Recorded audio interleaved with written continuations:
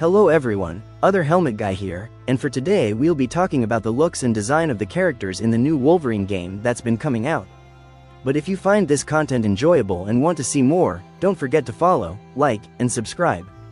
But anyway, let's get into it. So right off the bat, let's talk about Wolverine's face, because something feels off to me. Turns out this design is based on a real-life person, using performance capture for Logan this time around. And look, I get it, that's a common practice in games now. But here's the thing. Using a real actor's face isn't automatically the problem. It just has to actually fit the character. You don't need a real person to nail a design, but if you are gonna use one, the face needs to match the energy of who this guy is. And with Wolverine, I just don't think it does. Because here's my issue. This baby face on this jacked, hairy, feral body just doesn't add up. Wolverine is supposed to look rough, beat up, like a guy who's been in 1,000 fights and lost half of them. And before anyone says, well, his healing factor keeps him young, that doesn't really hold up either. In the comics, his healing factor first shows up around age 13, but it doesn't just freeze him on the spot.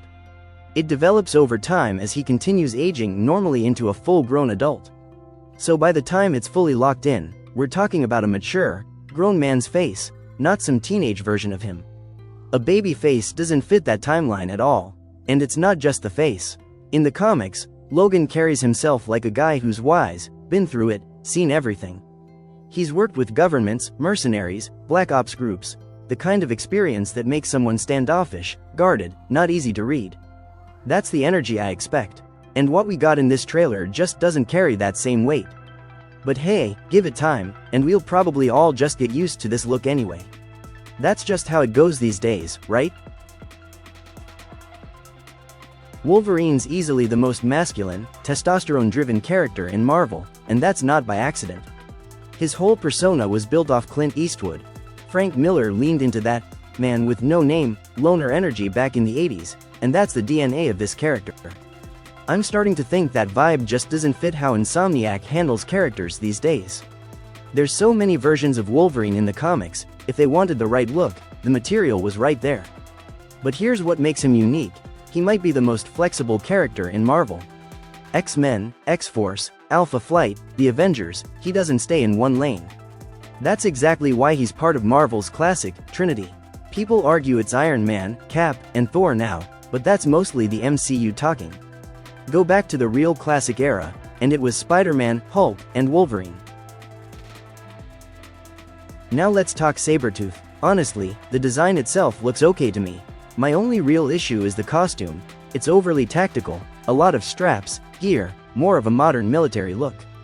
And that actually checks out, because this isn't his classic comic outfit. It's based on his Team X gear, the Black Ops squad he ran with alongside Logan. So I get why it's there. But my gut feeling is they're gonna keep leaning modern with it, add more lines, more tech, and get the costume sort of right without fully committing to that classic 616 look, even though we know some of those nostalgic suits are coming as unlockables. Now here's just my opinion, take it or leave it, but looking at the face, the build, the whole presentation, it feels less like classic Sabretooth and more like a mashup of the movie version and the Ultimate Comics version. That's just how it reads to me visually. And funny enough, the face model on this one is also based on a real-life actor, same as Wolverine. So it's the same approach across both characters. But here's the weird part. Even though it's the same real face on a character formula that I had an issue with on Wolverine, for some reason it just works here. Sabretooth actually looks close to what you'd picture from the comics, rough, brutal, almost feral in the right way. So out of everyone shown in this trailer so far, he might honestly be the one character that nails the look. Weird how that works out. Now let's talk about this Logan and Jean Grey relationship, because it feels forced and generic to me. In the comics, Wolverine's had feelings for Jean for decades, but it was mostly one-sided. Scott and Jean were the couple, and Logan was the guy on the outside. That polydynamic people talk about now is a pretty recent retcon, not the classic setup. This game goes even further. No X-Men exist here at all.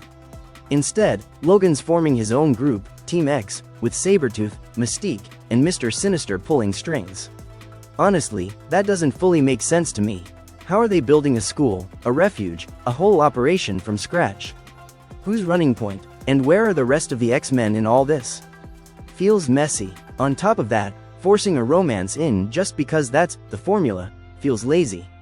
Personal opinion. I'm just not that interested in Jean as a pairing for Logan compared to other options. I don't feel chemistry here, just attraction, and that's it.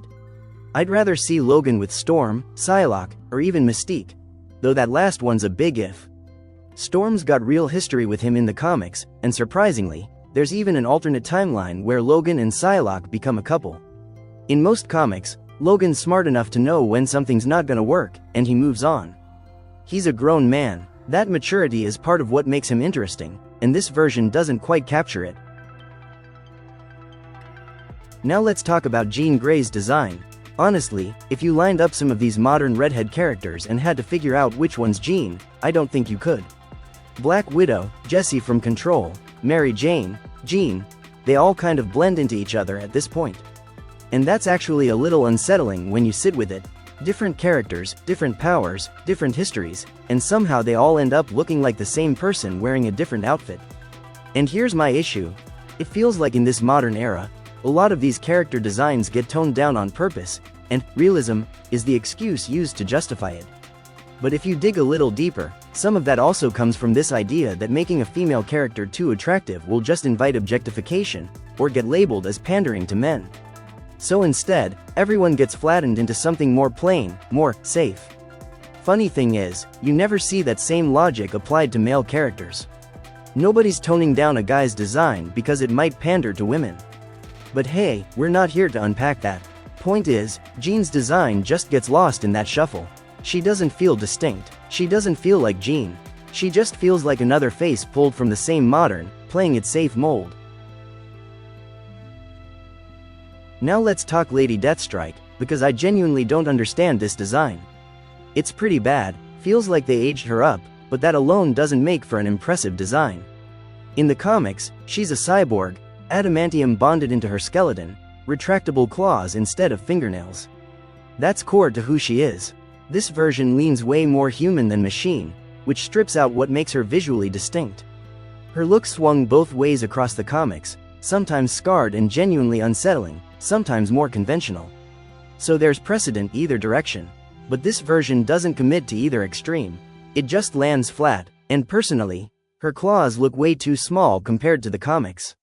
Less reach, less presence, less threat.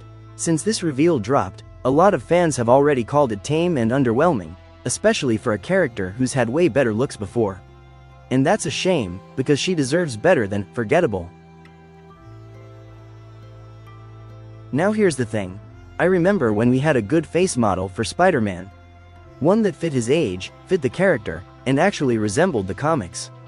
Then, out of nowhere, Insomniac made an unnecessary change.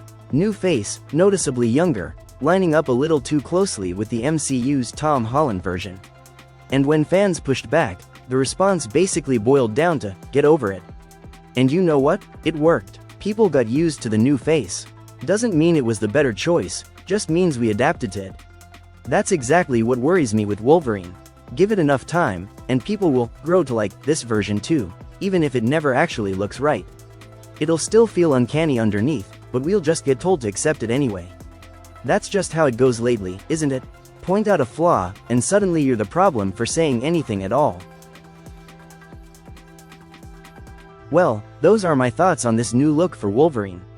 I'm not impressed, honestly. But let me know what you guys think down in the comments below.